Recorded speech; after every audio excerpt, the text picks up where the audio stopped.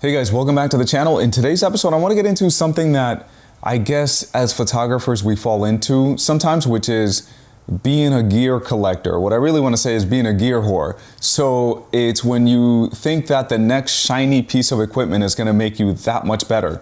And how that type of mentality sometimes leaves you chasing that next piece of gear, that next piece of equipment that is going to make you better. Now, am I saying don't upgrade your equipment, don't try out new things, don't experiment with equipment? Absolutely not. This channel is built on that. It is built on trying out what do we think about this, what do we think about that, reviews and all that. And that's how we find equipment that works for us. However, with this video, what I wanted to bring up is how, especially maybe when you're starting out, don't think that one piece of gear is going to change the way that you shoot. The way that you shoot, the style that you have, the way that you do things, more likely than not, after a couple of years, you're gonna figure out what your style is and what your voice is. So after a certain time, buying that new shiny piece of equipment is not gonna change the way that you do things. Now, there are exceptions. For example, the Osmo Pocket 3 that I'm filming this video with has changed how I post videos on YouTube. The frequency that I post videos on YouTube, it does make a very big difference. The Tamron 35 to 150, that changed a lot because I saw how much less I would be changing lenses and how many more photos my couple would be getting. So I just look at it from that perspective. However, switching systems, constantly switching lenses, constantly switching flashes and all this, in the end, I think the main takeaway from this video, what I want you guys to do is focus on what makes you good and then hyper focus on that and get as good as possible when it comes to that. For example, when it comes to lighting, you guys know there's no secret with how we do things. We use MagMod modifiers. We use the AD200 for 99% of shoots. We keep things very, very simple and formulaic. Now, if something comes out, we're gonna play with it and see what it does.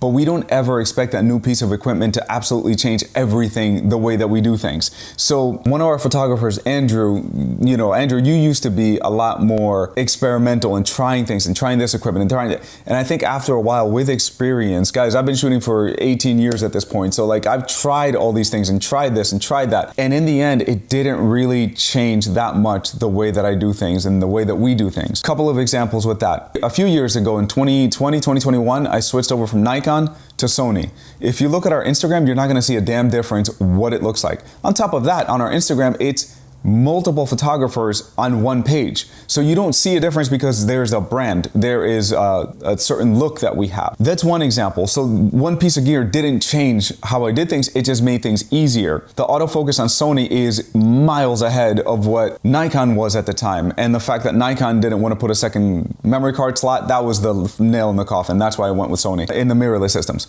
But when it comes to, for example, the other example that I have is back in the day, I remember like 2008, I think, something like that. I wanted to get the 24-70 from Nikon. I was so freaking excited to use that lens. I thought it was gonna be amazing, all this. And then I got it and it's just like, it didn't do anything different than, whatever I was shooting with. It made it a little bit easier, made it a little bit better, but it didn't change anything. The photographer was still the same. The images more or less were still the same. And that was a very nice revelation of when you buy equipment, buy what you need, experiment with a few things. The beautiful thing about living in today's world is you can try things and return them, or exchange them for a minimal fee, if a fee at all. So I'm not saying don't try equipment, guys, but don't try to get in your head so much about this piece of equipment is gonna change how I do things. In the end, you are still you are still the photographer that you are.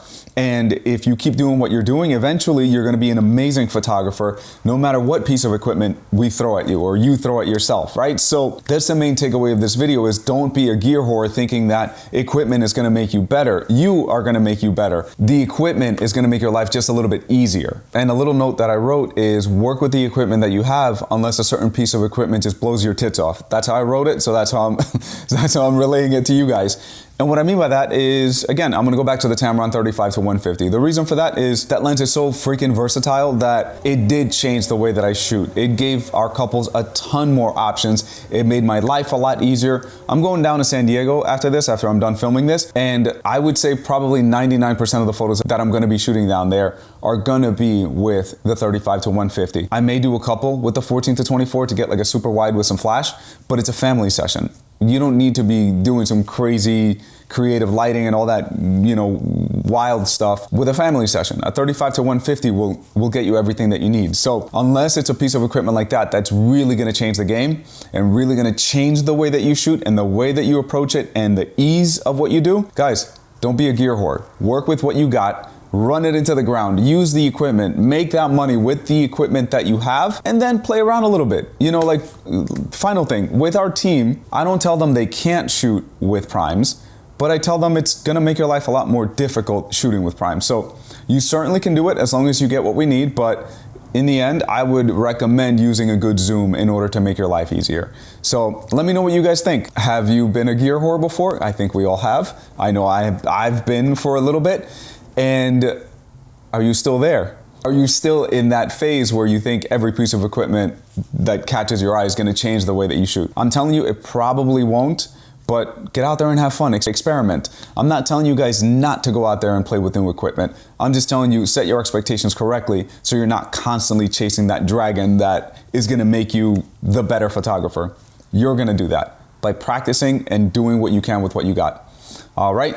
Thank you guys for watching. If you made it this far, if you would like to subscribe, I would really appreciate it. And yeah, I hope you guys are having a great day.